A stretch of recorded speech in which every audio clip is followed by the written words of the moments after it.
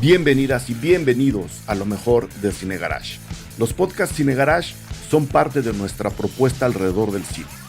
A través de estos podcasts queremos que el cine se siga disfrutando fuera de las salas y queremos incluir a tanta gente como sea posible. En septiembre, y como una forma de calentar el camino a la entrega del premio Ariel a lo mejor del cine mexicano, hemos elegido algunos podcasts sobre películas clásicas mexicanas. Historias que han colocado al cine mexicano en un nivel extraordinario. Les recordamos que esta selección surge de nuestro catálogo, que rebasa ya los 1000 programas, y les invitamos a revisarlo. Hablemos pues de cine mexicano. Yo soy Eric Estrada, esto es Lo Mejor de Cine Garage, una selección de clásicos del cine mexicano. Una producción de Sonoro.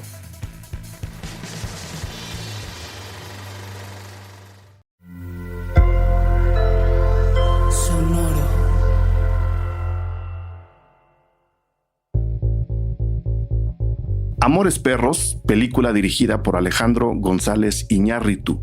A partir de un guión de Guillermo Arriaga, se presentó por primera vez al público el 13 de mayo del año 2000 como parte de la competencia en la Semana de la Crítica en Cannes. El presidente del jurado ese año era Bernardo Bertolucci y Amores Perros se convirtió en la ganadora del gran premio de esa Semana de la Crítica. Poco después, y al presentarse en México, la cinta, fotografiada por Rodrigo Prieto, tuvo aceptación dividida. Una parte de la crítica reaccionó duramente ante ella, aunque otra detectó los vientos de cambio en una industria cinematográfica que estaba muy malherida y que se materializaban en esta ópera prima rabiosa y llena de entusiasmo. Sin ser una película perfecta, Amores Perros llegó a las pantallas justo para eso, para dejar claro que el cine mexicano cambiaba de rumbo y que en adelante jugaría a nivel internacional un papel destacado, aceptando lo mejor de su herencia, pero sin miedo a propuestas mucho más modernas y en consecuencia también bastante más arriesgadas.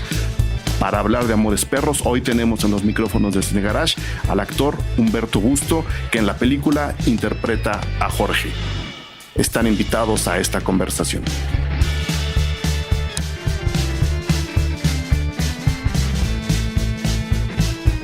Sonoro presenta Cine Garage con Eric Estrada.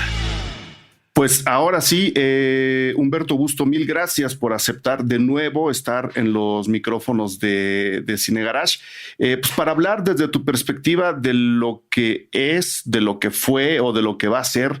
Creo que a la película Amores Perros nos podemos aproximar por distintos frentes. Antes que nada, bienvenido y muchas gracias por estar otra vez aquí con nosotros. Muchas gracias, Eric. En medio de pandemias, pero ahí seguimos. En medio de pandemias, aclarémosle a la gente, ni siquiera estás en México. No, me tocó estar en otro lado. Digo, llevo 3 años y medio viviendo en Colombia. Entonces, bueno, aquí me tocó esta coordenada, pero bueno, ahora ya es una coordenada mundial, así que sí, ya casi no importa. Cada país con sus países, cada país con sus problemas, pero bueno, ahí seguimos todos. Qué bueno estos espacios de comunicación justo para sentirnos menos solos y que la audiencia también conozca sobre estas historias detrás. Así que gracias. Pues bueno, ¿por dónde le damos? Porque, pues sí, el 13 de mayo pasado se anunció con bombo y platillo los 20 años de Amores Perros, una película que yo creo marca para bien un cambio de rumbo en el cine mexicano, ¿no? Le tocó ser como la punta de lanza de toda una serie de películas que se han hecho después, que se siguen haciendo, en donde el cine mexicano dejó muy claro que iba a haber un cambio de rumbo, especialmente después de una década dolorosísima que fue la de los 90, en donde el cine mexicano estuvo a 5 películas de desaparecer, ¿no? Llega una propuesta novedosa para los estándares del cine mexicano, muy actual para los estándares del cine universal, y se transforma en un fenómeno. Tú eres parte de ese fenómeno, porque creo que el fenómeno sigue vivo y creo que a la gente le va a venir muy bien conocer tus propias experiencias, tu aproximación a la película y las consideraciones que tú tienes frente a esa propia película. Si viste la importancia en su momento, si la ves ahora, ¿Cómo estuvo tu relación con todos los implicados en una producción muy, muy grande, aunque tampoco tenían todo el dinero del mundo, que creo que es algo que hay que platicar, ¿no? Fue una película de grandes presupuestos, fue una película que se hizo con menos dinero del que se quería, siempre se quiere más dinero. ¿Cómo llegas tú a Amores Perros? ¿Cómo te aproximas? ¿Y qué se siente ser parte de una película tan emblemática? Repito, por muchas razones que ya iremos platicando. Ha estado muy interesante realmente todo este proceso de rememorar tanto la película como la filmación, como el reencuentro con algunos de mis compañeros en este proyecto, porque sí creo que estos 20 años han sido muy evolutivos para los medios audiovisuales, todo el mundo lo sabrá, pero a veces es ese ejercicio de imaginación con respecto a cómo estaba ubicada la cinematografía en México en ese momento, las posibilidades reales que teníamos de comunicación. Es decir, esto que para muchas nuevas generaciones es tan normal de traer tu celular pegado a la bolsa y de tener una sensación de globalización cinematográfica muy extrema. Es decir, existían, obviamente, pues ¿no? Todo el mundo sabemos estos festivales enormes, pero esta sensación un poco de fluidez con respecto al mundo latinoamericano, pues era algo que era prácticamente nulo. Entonces sí creo que a mí personalmente la mayor satisfacción que me ha dado la película, más allá de los placeres personales y de procesos ¿no? evidentes de crecimiento y de empezar a conocer el mundo cinematográfico, porque realmente fue mi primer trabajo, era mi primer casting que yo hacía, era mi primera oportunidad que tenía de estar frente a la cámara. Yo estaba muy clavado estudiando en el CUT, en el Centro Universitario de Teatro de la UNAM, y en algún momento por azares históricos, literal, se dio la huelga de la UNAM. En ese entonces, que yo estaba creo que en segundo año por ahí, pasando primero a segundo, una cosa así. Y bueno, resulta que Manuel Tell, que era el director de casting de Amores Perros, fue al CUT a encontrar nuevas caras, nuevas ¿no? personajes, nuevos actores que de alguna manera pudieran representar los personajes de la película. Y recuerdo que en alguna clase de acrobacia Manuel Tell nos vio. Mi maestro de acrobacia justamente era Gustavo Sánchez Parra, Dagoberto Gama también. Y realmente era un momento, o sea, estamos hablando de cuando yo tenía 19 años, estaba realmente metido en el proceso, absolutamente comprometido, serio e intenso que implica estar en el CUT, que para los que no sepan es una escuela pues muy extrema en cuanto al compromiso que se tiene con respecto al colectivo, con respecto al otro, con respecto a la mística que todavía, ¿no? Además, digo, ahorita que ya los medios de comunicación en general y en fin, ya ahora cualquiera en teoría puede ser actor con los likes. En ese momento en particular, sí era una sensación de tener mucho respeto al oficio. Y entonces ese primer momento de poder acceder al mundo profesional por la crisis de la huelga, el CUT de alguna manera no te permitía nunca faltar, porque si faltabas, creo que más de 2 veces, estabas completamente fuera incluso de la escuela. Entonces esa coordenada particular hizo que muchos de nosotros pues pudiéramos tener la oportunidad de empezar a tener una coyuntura con el mundo real fuera de la burbuja escolar. Y pues ahí fue donde se dio ese momento.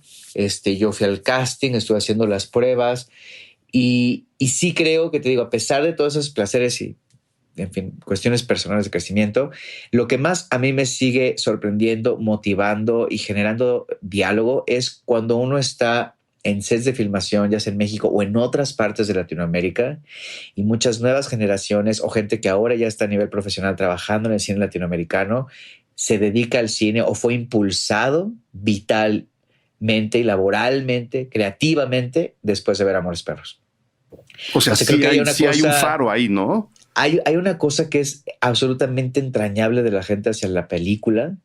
Hay una sensación de... tengo como la idea de un entusiasmo que se exacerbó, que se potenció, que explotó. De evidentemente mucha gente que tenía desde antes de esa época la necesidad de hacer cine, pero estamos hablando de un momento en donde había países en Latinoamérica que no tenían cinematografía. O sea, si nosotros estábamos en crisis por cuestiones evidentemente políticas, como todo el tiempo, como incluso los que tenemos en este momento. Exacto. En ese entonces había países que ni siquiera filmaban películas. Entonces el ver de repente ¿no? Este ejemplo de alguna manera o este impulso mexicano de una película absolutamente fuera del parámetro de lo que se hacía en ese momento, con una estética visual, sonora también muy, muy bien realizada, muy peculiar, fomentada por procesos de experimentación que seguramente, pues bueno, Alejandro, en fin, ha hablado en muchas entrevistas sobre esto. Sí creo que eso motivó a una generación y a varias, inclusive a gente que ha visto la película en años recientes, ni siquiera en ese momento, para hacer cine. Para Claro. contar historias, para vincularse con la realidad, para vincularse con nuestra idiosincrasia como latinoamericanos, que se comparte, aunque estés hablando de la Ciudad de México. Entonces eso creo que sigue siendo algo que a todos los involucrados de Amores Perros, tú vayas a donde vayas, hay un respeto y un cariño muy particular por formar parte de esta estructura y de este proyecto. Y eso creo que todos estamos muy agradecidos porque no siempre se da, ¿no? Es como una en un millón. Y creo que es más bonito, corrígeme si estoy mal, cuando uno se pone a pensar, ya lo dijimos, es una película que inspiró a muchos, que sigue inspirando y que marcó un referente en ese momento en la historia del cine y luego ya del cine latinoamericano. Es muy bonito todavía después pensar que probablemente, más allá de las enormes ganas con las que se estaba haciendo la película, no había una intención de marcar y de dejar así, decir, vamos a hacer la película que va a transformar a la industria del cine mexicano.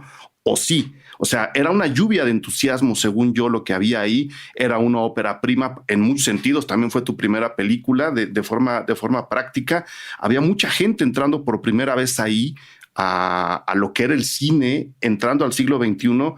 Y no sé si estaba esta conciencia de decir, vamos a romper todo lo que hay para proponer una nueva estética, una nueva manera de contar las películas, una nueva manera de filmarlas y, por supuesto, una nueva manera de venderlas, porque el proceso de promoción también fue muy novedoso en México. ¿Había esa conciencia o era el empuje vital de mucha gente joven haciendo una película que todo mundo se estaba imaginando?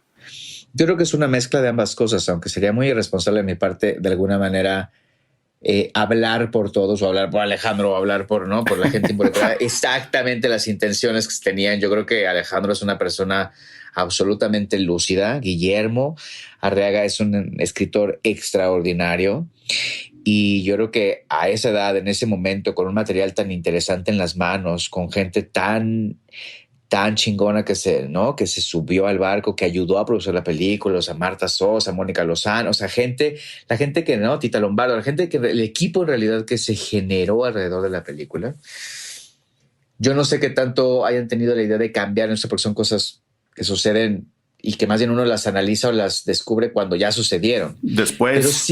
Pero sí creo que algo que unía mucho, ya sea a un nivel absolutamente, digamos, pues inocente o primigenio, en el caso mío, por ejemplo, de estar empezando apenas una carrera, a tener gente involucrada, mezclada ahí que tenía una carrera de muchísimos años. Yo sí creo que todos teníamos una energía de saber que el material era un material poderoso. O sea, uno lee un guión y uno puede no tener experiencia y uno lee un guión o lee una historia o lee una novela que uno dice, esto tiene power, esto está bien construido, estos son personajes interesantes, esto me interesa lo que está pasando, esto me mueve, esto me emociona. Y creo que en ese sentido, todos los que pasamos por el proceso de leer el guión y de tener la oportunidad de hacer estas pruebas y de formar parte de la película, creo que estábamos muy entusiasmados con decir, sí es una historia que vale la pena contar. Y entonces ahí tú veías el entusiasmo y el trabajo en el detalle de todo mundo. O sea, de cada uno de los involucrados. La necesidad de diseccionar esta cuestión que tiene Alejandro y que me gusta mucho, esta cosa que siempre ha dicho él, además de ser como un músico frustrado, pero que tiene esta capacidad, yo siempre lo he dicho, de ecualizar. Esa es la sensación que yo tenía de manera muy intuitiva. Yo sentía que él era como un muy buen ecualizador de las emociones, incluso de los tonos verbales, de los tonos vocales, de las sensaciones, del trabajo en equipo. Yo veía que la gente sí se estaba partiendo la madre, la verdad. O sea, sí recuerdo momentos en donde, ¿no? O sea, la gente a veces, o sea, era una energía de sobrecogedora y como muy, muy, que no podía parar. y que necesitaba de esa energía para poder, ¿no? Para poder hacer la película. Ahora, digo, todo esto que yo estoy contando, digo, a mí yo estoy muy agradecido con que después de 20 años, pues afortunadamente tengo, ¿no?, una carrera que puedo de alguna manera voltear y saber que ese es el origen de muchas cosas. Pero es siempre me da mucha, pues un poco una ternura hacia el propio proceso, porque hablar de 20 años en donde han pasado tantas cosas, tanto personales como en la industria, hay muchas cosas que me resultan muy caleidoscópicas, que me resultan demasiado subjetivas y que ahora en el momento de tratar de darles valor, pues a medida que también se hacen estas entrevistas se adquiere también mucha más apreciación de las cosas. Yo estaba muy emocionado de ver el trabajo de arte de Brigitte, de ver que uno abría closets y había ropa de los personajes, aunque no se usara por completo, la delicadeza de cada uno de los objetos colocados, la sensación, que además es muy curioso porque cuando uno llega a un set bien construido, hay una sensación inmediata de atmósfera y de verosimilitud que te permea como actor. Claro. Así estés empezando como yo en ese momento de la carrera, o lleves 20 años, tendrías que ser muy insensible e inconsciente para no darte cuenta de que toda esa cantidad de gente y toda esa cantidad de creatividad en beneficio de esa historia realmente estaba con un impulso vital de realizarse. Y yo sí creo que cuando las cosas se hacen desde esa perspectiva hay más posibilidades de que le llegue a la gente y pues creo que eso fue lo que pasó ahí también, ¿no? Claro, siendo tu primera vez en el cine, así como lo has platicado, de repente van y te dan el personaje que al lado de Gael abren la película. Y es muy curioso porque la gente, hasta la fecha, luego a veces pasa, hay gente que llega y te empieza a actuar la escena. Sí.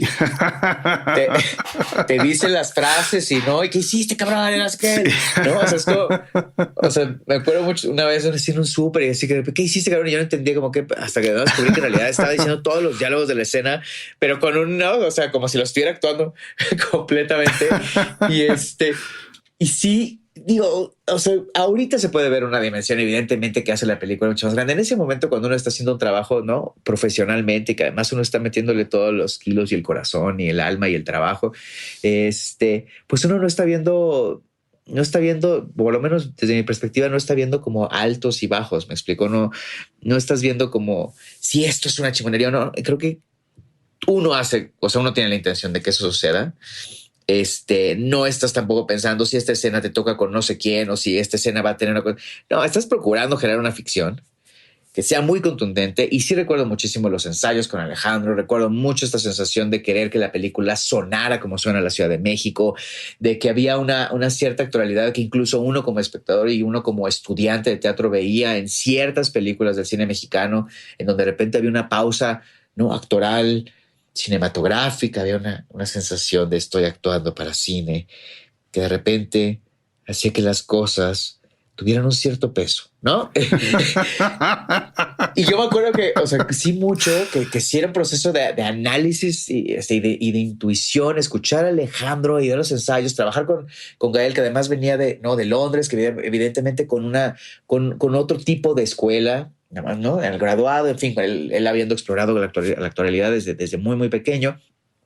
Y había esta cosa de cómo ir equilibrando la sensación me acuerdo, muy instintiva y muy gutural y muy, ¿no?, de lo que yo traía y de lo que estaba yo viviendo en el CUT, con también la sensación académica, actoral, ¿no?, de Gael, y cómo de repente estas energías se mezclaron para alguna manera que combinaran y generaran algo en conjunto. Recuerdo, ¿no?, estar ensayando encima de unas bancas en un salón, y como hablando de esto, de la sonoridad de la película, del delivery de las frases, de que como que los estímulos de alguna manera estuvieran muy vitales y entonces por lo tanto se pudieran recibir y se pudieran regresar actoralmente de manera como mucho más, ¿no?, más vital, más viva, más absolutamente necesaria. Y creo que ese revolcón que se da en el proceso y que se da al ver la película, que el pueblo que ignora, creo que sí determina un modo de ser, evidentemente cinematográfico y de dirección de actores de Alejandro, que él siguió en el resto de sus películas,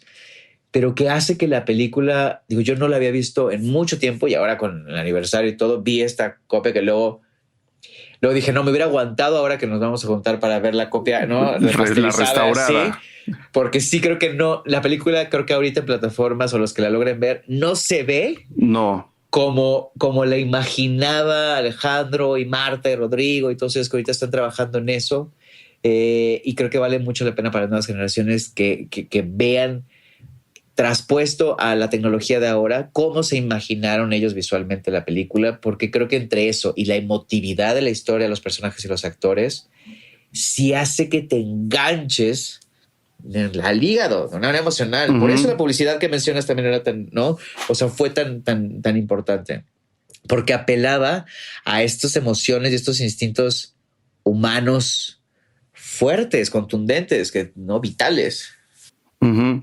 Yo preguntaba lo de la escena que abre la película más bien porque pues debió haber dado nervio, ¿no? Es como pues, me va a tocar ser casi la primera cara que va a ver la gente de esta película. No había un nervio extra al juego que me acabas de describir como actor. No, porque como profesional de eso, digo, que haya estado empezando a actuar profesionalmente en ese momento, no son cosas que piensas. Uno es un poco como, eso suena más bien a una lectura externa de un proceso cinematográfico o de un proceso actoral.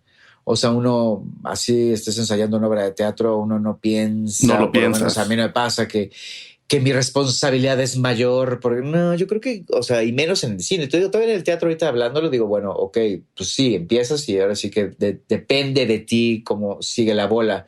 Pero en el cine que también es tan particular en la forma en que se filma, en el orden en el que se filma, realmente nunca me cruzó la cabeza que ahí estuviera mi importancia o el nerviosismo. O sea, yo lo que estaba muy preocupado o más bien ocupado era que de alguna manera, si yo estaba estudiando en el CUT y me estaban enseñando ciertas herramientas para crear una ficción contundente y construir un personaje, que mi trabajo estuviera a la altura de un guión también escrito y de unos personajes como esos. Y para mí también, que me encanta la cuestión actoral en el mundo simbólico, pues sí me representaba pues una muerte. O sea, yo siempre volteo y veo, y lo he dicho ahorita en estas entrevistas recientes, verme a mí ensangrentado en el coche y ver la película y el momento en el que la filmé, todo lo que pasó después, para mí sí creo que fue como la muerte de una parte de inocencia muy grande, esa parte donde creces, donde te vuelves adulto, te vuelves responsable de lo que haces, donde te das cuenta del compromiso enorme que significa hacer una película, la cantidad de gente que implica, la cantidad de trabajo, donde te das cuenta que el cine viaja en el tiempo, en el espacio, en que hay una responsabilidad enorme por contar una historia que se vaya a ver en todas partes del mundo, literal, y que además se queda inclusive aunque tú hayas muerto. Entonces, todo esto que rodea, ¿no?, metafóricamente el hecho de ese trabajo es al que más le tengo estima y pues más bien son las cosas que luego me cruzan más por la cabeza que pensar en el nerviosismo, porque es la primera secuencia. Yo te lo pregunto porque a mí me había dado un pavor gigantesco, ¿no? Pues sí, pero no eres actor, ¿verdad? No, yo no. Nosotros como actores, denos lo más difícil, denos lo más cabrón, eso lo estamos buscando todo el tiempo. Y ahora a 20 años, Humberto, me imagino, no solo que tienes ganas de, como dices, volver a ver la película, pues como se vio la primera vez, ¿no? Con toda la restauración que le están metiendo, con el audio, porque creo que incluso muchas películas actuales en el mundo no se oyen como se oyó Amores Perros la primera vez. Fue algo, a mí por lo menos la primera vez que la vi me impactó por eso, ¿no? A 20 años, ¿cómo esperas tú acercarte a la película de nuevo? ¿O qué le dirías a la gente? Miren, fíjense, han pasado 20 años de esta película. En su momento tuvo entregas muy importantes a nivel artístico, ¿no? Ahí está el guión, las actuaciones, ahí está todo el diseño de producción, ahí está la película en sí, pero también hubo una aportación técnica. Pero a 20 años, habiendo mucho cine en medio, me gustaría que la gente se fijara en eso. ¿Has pensado en qué podrías decirle a la gente que a lo mejor ni siquiera la ha visto, cómo aproximarse a una película como Amores Perros, que es tan vieja y tan nueva al mismo tiempo? Mira, me resuena mucho, por ejemplo, Kieslowski, que siempre habla de cómo se filmaba, ¿no?, cuando estaba una cierta situación histórico-política en Polonia y después cómo cambió y eso cómo afecta. siento que las circunstancias que rodean tanto a la producción de la película como a su estreno, como a un reestreno 20 años después, quedan cortas comparadas con las preguntas fundamentales que se hacen en un buen proyecto audiovisual. ¿No? Las preguntas fundamentales del ser humano frente al deseo, frente a la muerte, frente a las contradicciones que existen justamente por aquello que anhelas, por aquello que quieres conseguir. ¿No? La frase icónica de la película, o sea, ¿no? Si quieres hacer reír a Dios, cuéntale tus planes. Bueno, no puede ser más coherente en este momento en que todos teníamos planes y todos nuestros planes se fueron a la burger. Y estamos atrapados en este laberinto del cual, pues más que una salida, se trata de una aceptación y de seguir tratando de entender y de procesar preguntas como esas que se plantean, ¿no? Y me parece que la película, en ese sentido, independientemente de cuándo hayas nacido o de qué es lo que vivas, sí conecta con esas emociones y con esos cuestionamientos. Y esa es la invitación, yo creo que estaría increíble de la gente que nunca la ha visto, verla. Porque digo, yo esta última vez que la vi, sí, estas paradojas a las que te lleva el deseo me parecen tan trágicas como la película, y me parecen tan humanas, porque pues pendemos y vivimos de eso y nos arriesgamos y a veces ganamos, a veces perdemos. Pero tiene que ver con aquello que deseas y con aquello que crees que deseas y con aquello que crees que se va a sostener después de tu deseo. Cuando en realidad pues hay algo más grande que tú que también decide su propio camino, ¿no? Entonces te mezcla entre azar, destino, en fin, creo que son muchos temas que la película toca y como tiene esas tres historias, también las toca desde puntos de vista muy, muy diferentes, ¿no? Desde la redención hasta la perdición, pero hay una sensación de análisis sobre estos temas que, como además están hechos emocionalmente de manera muy impactante, pues, pues tocan, ¿no? Muy bien, pues ahí está la plática con Humberto Busto a 20 años de Amores Perros. Quiero agradecerte, Humberto, el tiempo, la paciencia, las ganas de estar aquí con nosotros, desearte toda la suerte del mundo con los proyectos que están alternos. Ya hablaremos de ellos también en otra entrevista para Cine Garage, pero pues mientras, feliz aniversario también a ti, ¿no? Porque creo, como lo dije en el principio del programa, que esa película sigue siendo un ejercicio para todos los involucrados, ¿no? Como lo dices, sigue inspirando gente, igual que otras, ¿no? Es igual de importante que muchas otras películas, pero yo sí tengo muy grabado en la memoria que el momento en el que apareció la película se sentía que algo estaba cambiando. Tuvo muy buen ángel, y creo que sigue siendo un referente histórico para muchas personas, y por eso quiero felicitar a todos los involucrados a través de ti, que es con quien estoy platicando ahora mismo. Y pues saludos, gracias obviamente por este espacio, se aprecia mucho y digo más en estos momentos. Y pues ahora sí que un 2 es por mí, por todos mis compañeros, porque toda la gente que está detrás de esa película son unos chingones y bueno, recordar que las películas no se hacen solos, está un director, pero todos los productores, los que suben, los que impulsan, los que no, los que permiten que la película también se lleve a cabo, pues creo que a todos hay que agradecer y a todos hay que respetar porque es banda muy chingona. Muy bien, pues ahí está. Mil felicidades, Humberto. Muchas gracias por la entrevista. Y pues suerte en Colombia con todos los planes que están saliendo ahora. Muchas gracias. No queremos despedir el episodio de hoy sin agradecer encarecidamente a todos y todas las personas que nos ayudan a seguir generando este contenido, a nuestros patrons que amablemente apoyan la manufactura de estos episodios y todo el contenido de Cine Garage. Voy a dar solamente algunos nombres: Yair Alejandro Arévalo, mil gracias; Jesús Santiago Vallejo de la Rosa, Víctor García, Tania Ortiz, Samuel Rivera, Ruth Salazar, y tengo aquí a 2 Óscares que sin apellido, sin nada más que su nombre, aportan para seguir activos en esta comunidad que poco a poco va creciendo. Seguiremos hablando de cine gracias a ustedes, con ustedes y para ustedes. Mil gracias, seguimos trabajando. Sonoro presentó Cine Garage con Eric Estrada.